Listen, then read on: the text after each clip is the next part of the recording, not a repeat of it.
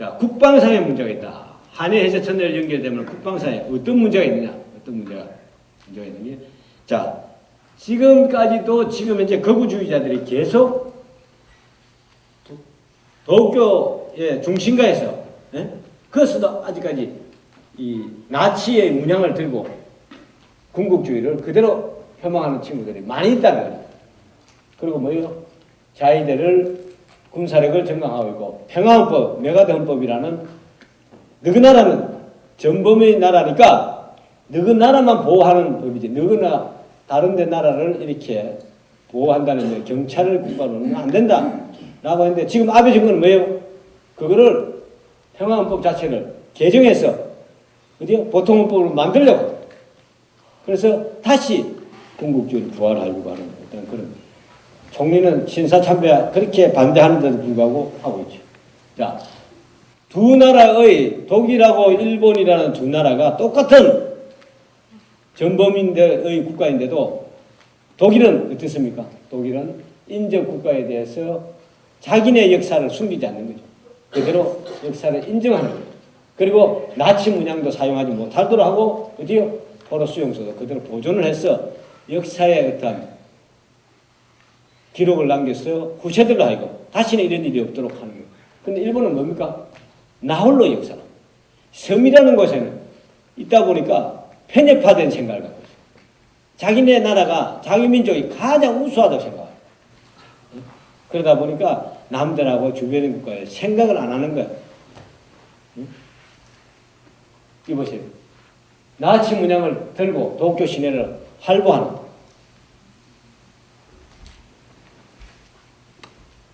일본은 동북아의 트러블 메이커라 하는 거예요. 뭡니까? 쿠릴들도 하고 독도도 저거라고 쫙 중간 속에 집어넣었죠. 그죠? 소련령 쿠릴열도. 그 다음 뭡니까? 중국의 센카쿠 열도도 늘 상업 대상이 되는 거죠. 일본에서의 거구주의자들은 이게 일본해라는 것입니다. 아베 내각에 있는 이렇게 힘을 그렇게 발휘할 수 있는 것은 이와 같은 지자체, 점조직과 이와 같은 것들이 많이 포진되어 있다. 국회 정치인들이. 아베를 중심으로 한 장관들은 거의 대부분 대다수들이 거구 일본의 안에 포함되어 있는 강요들. 자, 아베 신조 총리가 뭐예요?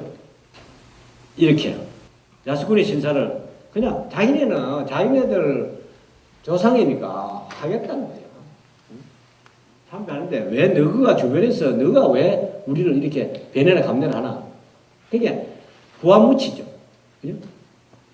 자, 그 다음에 일본은 자기네 나라 땅만 치면은 60이 돼요.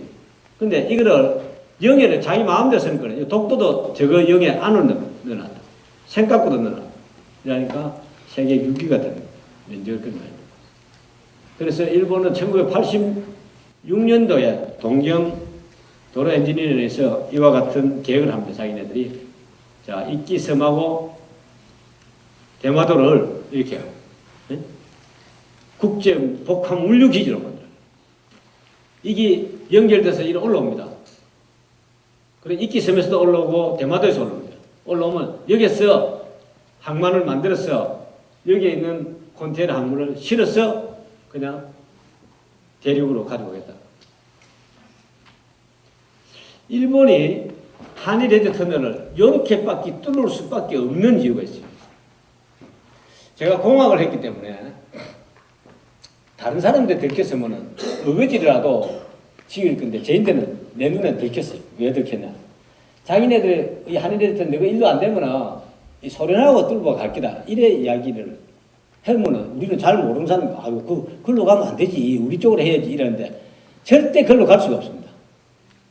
이 세계 우리나라 지구는 13개의 지각판으로 형성되어 있습니다. 태평양도 다 마찬가지고 이 판이 13개 지각판에서 일본의 지진이 자주 일어나는 근본적인 이유가 어디냐? 이겁니다. 4개의 지각판, 유라시아판, 북미판, 필리핀판, 태평양판 4개가 일본 열도에 다 걸쳐 있다는 거죠. 네? 다 걸쳐 있다.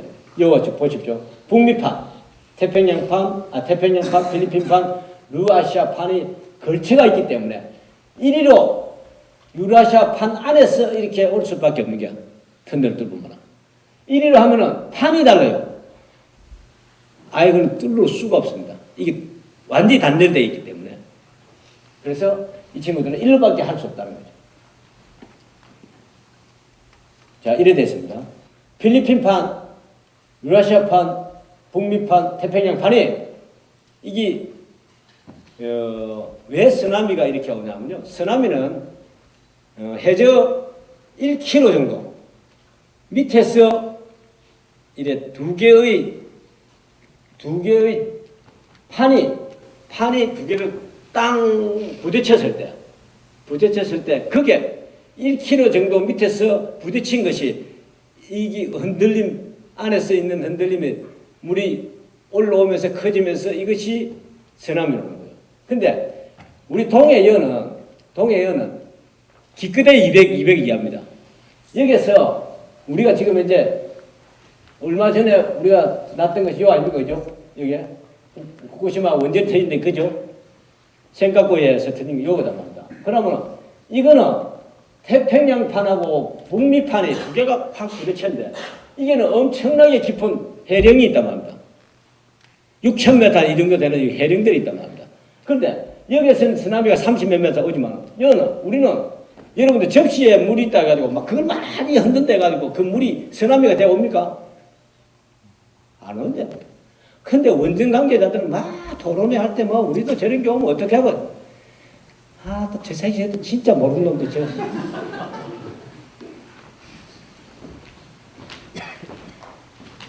자, 태평양에는 이와 같은 불의 고리가 있습니다. 이 판과 판의 연결입니다. 판과 판 사이에 이루어지는 것들은 이거는 항상 충돌이 생기면 이제 지진이 발생하고 화산 폭발하고 이런 거예요. 이렇게. 얼마 전에 일본에서 화산 폭발했죠. 하나의 마을이 몽땅 다 화산재로 덮여졌잖아요. 일본은 이런 게 대한 두려움이 엄청난 거예요. 자, 우리가 3월 11일, 2011년 3월 11일 날 났던 센타에서 나타난 거, 요겁니다. 태평양 반하고 북미파자. 이래 된 거죠. 이게 수출하려고 하려고 했던 성룡차. 이게 떠오른 이런 것도 있죠. 부유물들이. 이것들이 다 목조 건물입니다. 목조 건물들이. 그냥 이게 다 그렇습니다. 목조 건물들이, 그러니까 지진에는 라멘 구조라고 해가지고 철근 콘크리트하고 가구식 구조로 해서 목조가 지진에는 행력을 잘 받아 견뎌내는데 문제는 뭐냐. 쓰나미가 오니까 목조는 그냥 물에 떠버리니까 싹 다 들어가 버렸죠. 그러니까 철근 콘크리트는 아까 철근 콘크리트는 살아있는데 다른 거는 다 날아가 버렸죠. 자, 이 와중에 우리는 그때 당시에 3월 11일 날 센터에서 지진이 와서 저 난리를 지을 때 그때 우리는 일본을 돕자해가지고 막 성금 내고 있을 때 일본은 3월 26일 날 뭐요? 중학교 교과서 검정 이거를 이 안에 자기네 독도는 적었다. 이거는 나라인데 뭐를 도와줘? 근데 여기 냉철한 사람이 있어요. 이 사람이요. 정진홍 씨 뭐요? 돕고 응원하되 잊지는 말자. 우리나라 역사를 보면은 명성황후를 그 국물을 갖다가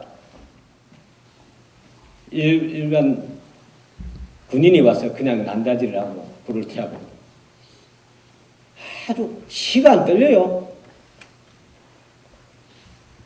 유경수 여사도 그렇게 결국됐죠. 그죠? 오사카 앞바다를 중심으로 한 서일본 지역에서 규모 9 상당의 대지진이 발생할 가능성이 있다고 일본 정부가 최근 밝혔습니다. 게다가 지진이 발생하면 최고 34m에 달하는 엄청난 규모의 쓰나미가 닥칠 것이라고 발표해 일본 국민들이 충격에 사로잡혀 있습니다. 도쿄에서 박철원 특파원이 전해왔습니다. 살기 위해서라면 도망쳐라. 일본 정부가 발표한 서일본 지역 대지진 발생 가능성에 대한 한 언론의 사설 제목입니다. 오사카를 중심으로 한 서일본 지역에서 규모 9급의 대지진 발생 시 기존 예측의 23배에 달하는 대재앙 가능성이 제기됐습니다. 특히 시즈오카에서 남쪽 큐슈의 미야자키현에 이르는 서남 지역의 광범위한 해안이 모두 피해 예상 지역으로 분류됐습니다. 별도의 진원지가 인접해 있는 이곳은 이전부터 가까운 시기에 동시 지진 발생의 가능성이 높다고 지적되어 왔습니다. 1日後かもしれないし、1ヶ月後かもしれないし、可能性としては確かに起きる可能性は高いんですけども、で、今のところは全部一緒に起きるのが一番危険だと思ってますから。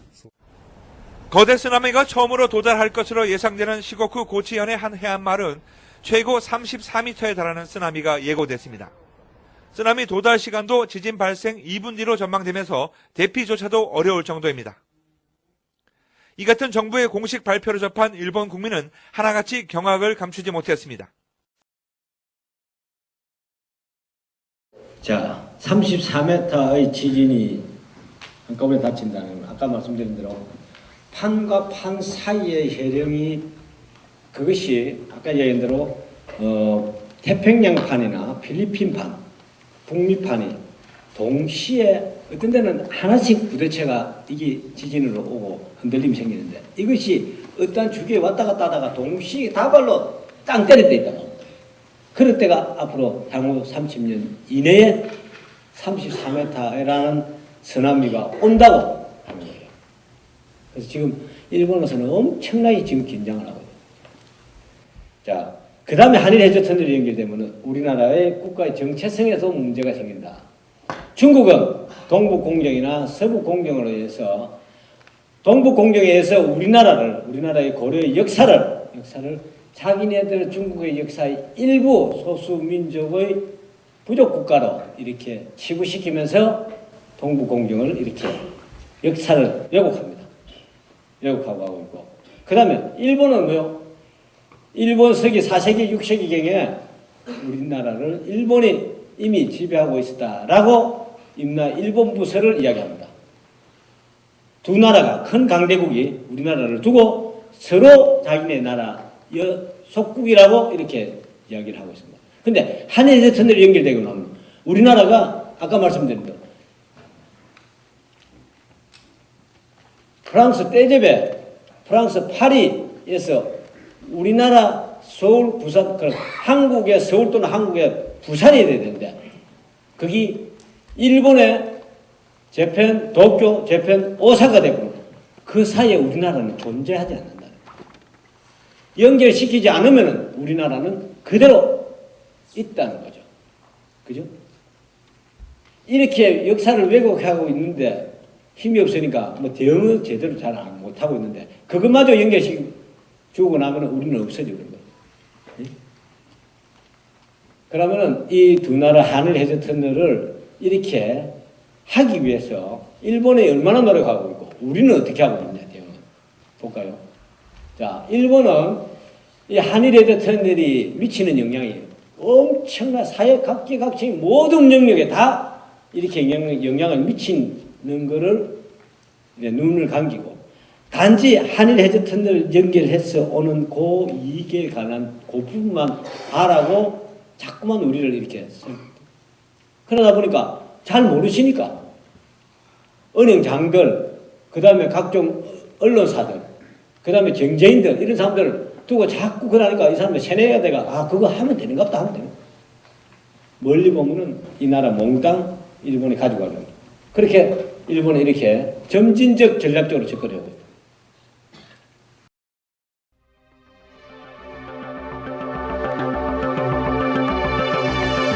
지난 2000년 1월 1일 일본의 한 신문은 황당한 내용을 멋기사로 올렸다. 다가올 5월 5일 한일 해저 터널의 개통을 알리는 기사. 그러나 이 신문은 2050년 1월 1일 발행될 기사 내용을 미리 가상해서 적어놓은 것이다. 일본인들의 대륙을 향한 열망. 이 한편의 애니메이션과 가상의 신문 기사에서 우린 섬나라 일본의 야심을 엿볼 수 있다. 방금 보셨죠?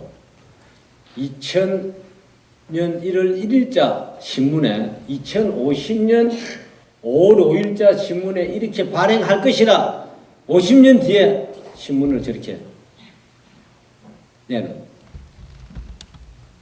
그러니까 2050년 5월 5일자에는 준공, 개통 그 계기간에 우리가 그냥 편성돼 가고 있는 거야. 우리는 못 모르고 그냥 따라가고 있는 거야.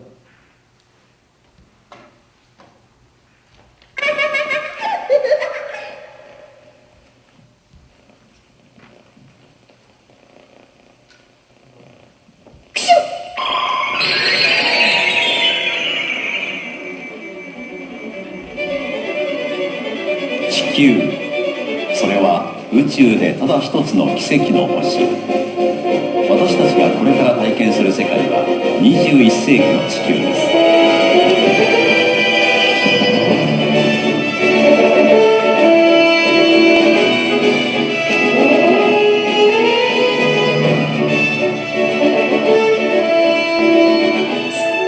さあ、私たちも国際ハイウェイの旅に出かけましょう。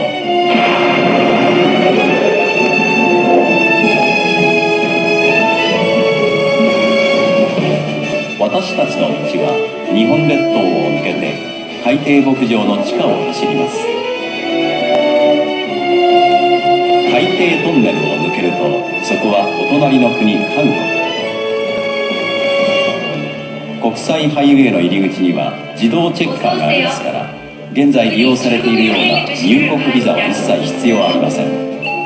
かつてのシルクロード 13년 전에 제작된 이 애니메이션은 일본의 대륙 진출의 꿈을 한마디로 말해주고 있다. 일본에서 출발한 열차와 차량이 대한해협 아래 바닷속 터널을 통과해 한반도를 거쳐 대륙을 향해 달리는 모습을 묘사하고 있다. 이거 애니메이션은 일본에서 제작한 겁니다. 1990년도 만들었는 건데 지금 이제 벌써 몇 년이다. 25년 정도 지났죠. 그 정도로 일본은 저거로 가지고 많은 공부를 지금 하고 있습니다. 자, 일본이 우리 외교적으로 지금 에스캅을 이용을 해서 이렇게 아까 이야기한 대로 부산에서부터 기점이었던 것이 페리를 연결시키고 후쿠오카로 해서 도쿄로 집어넣었어요. 그러니까 일본은 유엔 에스캅을 활용해서 자기네들 하려고 하는 것들을 계속 해나갈 겁니다. 한일 해저터널을 연결시키기 위해서. 그러고 아까 이야기한 대로 그게 아시안 하이웨이 1호선에 걸쳐 있는 지금 저개발 국가들, 그죠? 인도 차이나 반도에 있는 나라들의 부서를 해주고 그 사람들을 자기 우군으로 만들어서 어느 순간에 그 사람들을 모아서 우리나라로 하여금 한일 해저터널 뚫어주라 라고 했을 때 우리는 아무 대비책이 없으면 안 되겠다. 우리가 알아야 된다.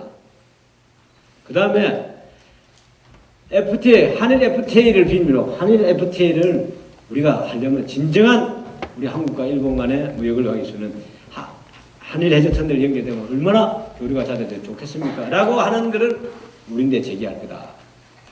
그 다음에 독도를 늘 저 거라고 늘 이렇게 이야기하다가 결정적인 순간에 한일 해저터널을 뚫어주면 그래 좋다. 그것만 된다면 내가 이거 너 거라 인정할게. 이 친구들 충분히 그래 하고 남겠다. 저 것도 아니까 지키려 하는 게야. 우리나라는 와 대마도로 우리 거라 그런 주장하는 거야. 이 친구들은 분명히 그렇게 하고 남겠다. 자, 이 안에 독도를 왜 중간 수역으로 이렇게 집어넣었어야 되느냐. 독도 1988년도 우리가 협정을 잘못해줘가지고 이런 꼴이 생긴 거야. 이런 꼴이. 예? 김대중 대통령 딱 출국하자마자 제일 먼저 순방한 게 일본인데 일본은 내를 살려준 수호의 나라니까 그 나라 가서 뭐 선물 줄 거 없느냐 이래야 된다. 우리 공무원들 정신 똑바로 차려야 돼. 그 뭐가 좋은 거라고 대통령이 잘 배워 지가 뭐 천진할 기라 그러는 건 모르지만 이거 하면 뭐 좋습니다. 벌써 일본은 여기에 있는 해역에 있는 거 여기 있는 수자원들 몽땅 조사가 다 돼 있어요. 그래가지고 이 해역을 수역을 다 이렇게 자기네 정리한 걸 가지고 이렇게 하면 되겠습니다. 그렇게 우리 쪽에 해수부 같은 아무것도 모르고 맨 처음에 부산에 하고 이렇게 어업하는 사람들인데 너가 고기 어디서 잡노? 우리가 어업 협정할 거니까 이제 어디로 끌어가면 되나 했잖아. 우리나라 사람들 또 그렇다. 이거 또 알아가지고 나중에 세금 매기는가 싶거든. 와, 그거 모른다. 그게 일본 지 마음대로 끊어가지고 가가지고 서명해. 그렇게 이게 이제 중간식을 집어넣어. 그게 분쟁의 소지가 되었습니다. 시작된. 그러니까 나라 대통령이 뭘 어디든지 가든 제일 먼저 가가지고 서명할 게 아니라 그래 적극적으로 검토할게 내가 왔어 한번 할게 이래야 되는데 이명박 대통령도 마찬가지야. 그거 가가 카트 타고 댕기 하다가 강우 소고기 그 전체 하면 됐겠는데 그가 도장 찍을 말하면 날 촛불 시해가지고 나라 가도 못하는 거야. 이 나라 정말로 국가 지도자가 정말로 정신 차려야 돼요. 저는 한일 헤드 터널 이거 누가 와서 가가 서명해 줄까 싶으면 그게 제일 문제예요. 자, 이 친구 지금은 아닙니다. 마스모토 일본 수상 이 친구가 이토유부에 5대 쏜죠. 뭐렇게 해요? 독도가 미사일을 맞으면 이게 저거 땅이니까 저거가 대응하겠다. 네? 뭐요? 이 아베가 그렇게 났죠, 그죠? 독도 도발을 노거라 시키기 지금 들어가고 있죠. 네? 이거를 우리는 그냥 무시할 수는 없는 겁니다. 아베가 어떤 사람이요? 자기 아버지가 우리나라 조선 총독 제일 마지막 할아버지죠. 할아버지가 마지막 10대 총독이었어요. 아베 노부유키라고. 네? 이분은 일본의 육군 사관학교를 졸업하고 육군 차장을 했죠. 육군 참모총장은 못하고 수상을 34대 수상을 한 바 있습니다. 이 총독부의 마지막 우리의 일본인 마지막 총독이 자기 할아버지야. 이 할아버지가 마지막에 문서를 이렇게 서명을 할 때 한 말이 있었어요.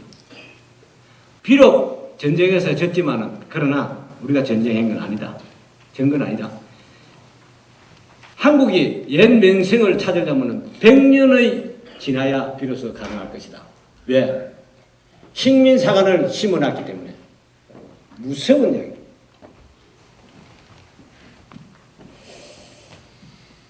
아마 아베가 자기 할아버지 우리나라는 대통령을 아무나 하는 게 문제인데 대통령을 할 사람은 대통령을 다 있어야 돼요. 그리고 우리도 정치학교라든지 프랑스나 이런 선진국에 가면요 딱 행정학교가 딱 있어요. 그 출신이 아니면은 관료가 안 돼. 신분이 정확하고 정말로 국가관에 뚜렷한 사람을 지도자로 앉혀야 되는데 아무나 장사하는 놈 들어와가지고 나라 국정 생각 안 하고 지 마음대로 시부리고 체류탄 던지피고 진짜 몰상식하고. 자, 일본은 어떻게 하느냐? 우리나라를 지식층도 하여금 호의적인 반응을 유도해서 계속적으로 자기 운을 만듭니다. 그래서 사회각계각층의 지도층에 여론을 형성해 나가고 있습니다. 그리고 일본에 파견되어 있는 우리 공무원들이나 그 다음에 공부하는 이렇게 주재원들로 하여금 우리 시에서 파견됐던 시모노세키나 오사카나 후쿠오카에 근무하다가 마지막에 올 때 되면은 이 친구들 회식을 시켜줘요. 회식을 시켜주면서 마지막에 인사를 하면서 포옹을 하면서 뭐라 하는 줄 알아요? 너희 나라 가거든. 봐라 우리나라가 이렇게 좋잖아. 너희 나라가 한일 천대 이것도 보면 우리나라가 이렇게 좋잖아. 라고 포섭을 합니다. 그럼 뭐 몰라요? 예, 그럼 좋겠네요.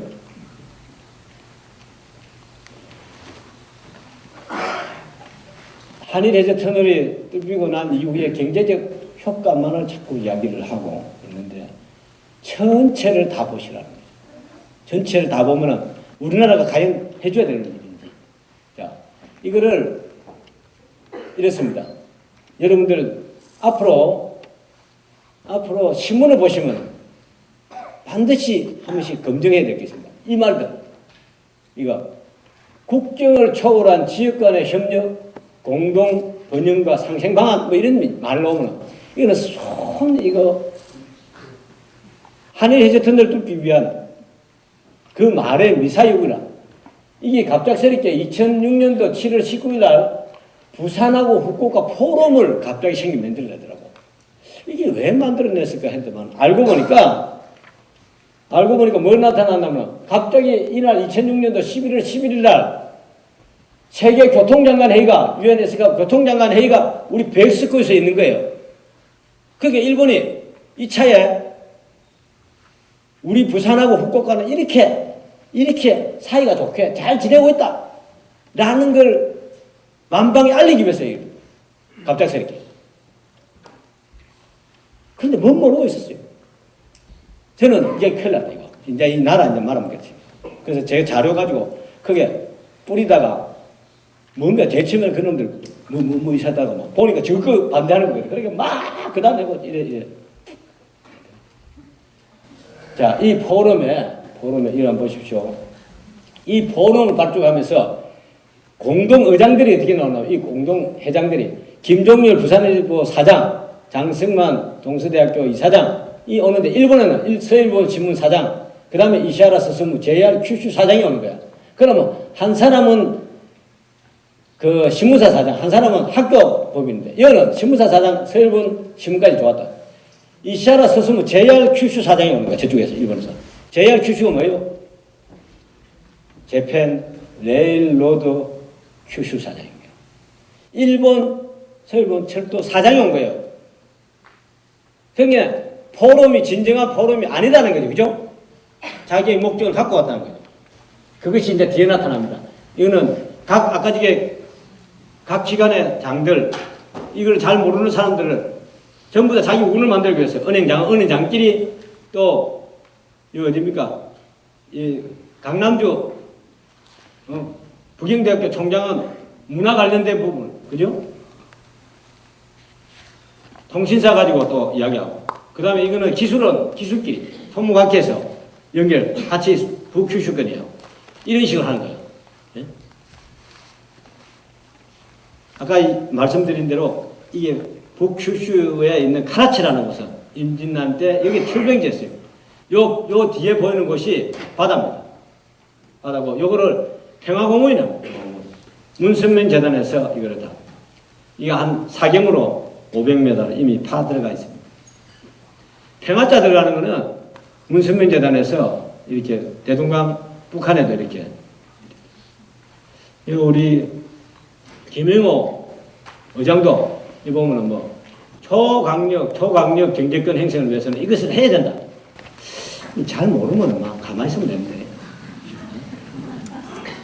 자, 여기 NGO 그룹들도 이렇게 협력하려. 이렇게 자칫 잘못하면 나라 넘어가겠어요. 네?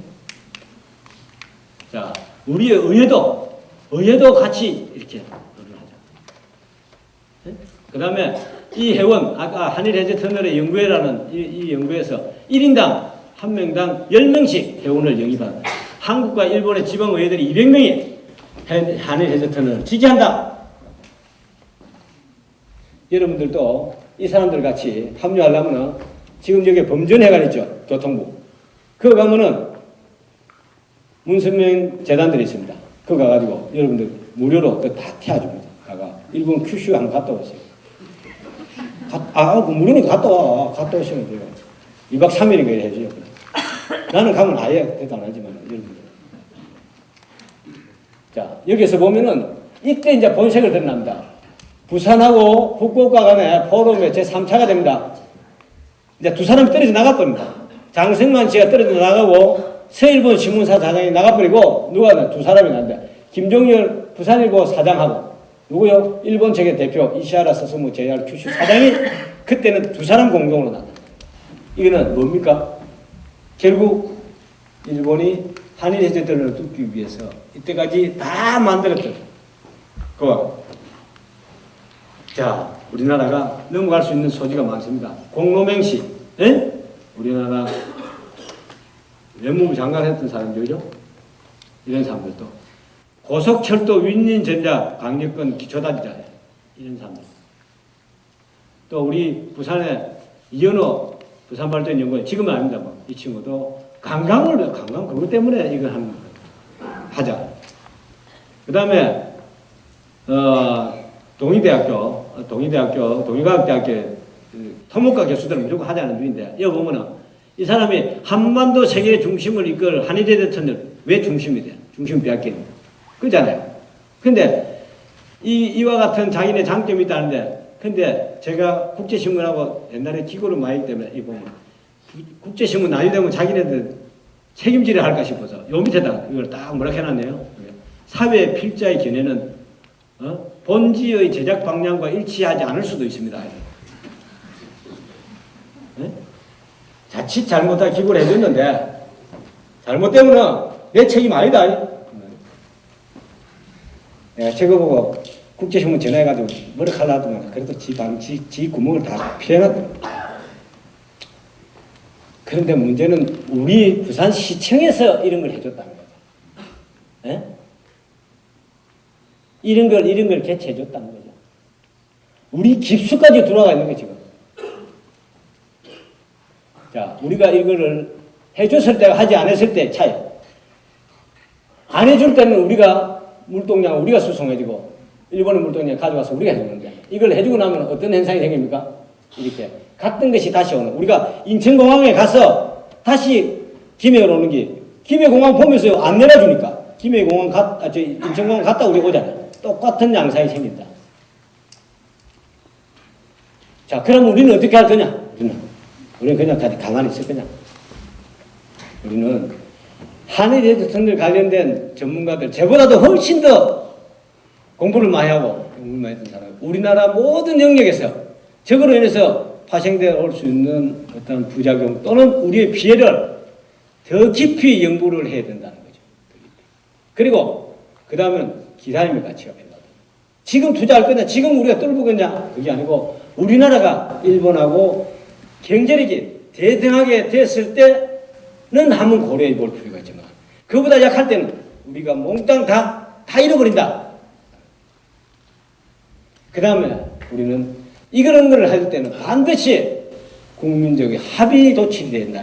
어느 일정한 일반적인 어떤 교수나 정치인들의 몇몇에 의해서 이 나라의 중대 사안을 결정짓는 우를 범해서는 안 된다는 거예요.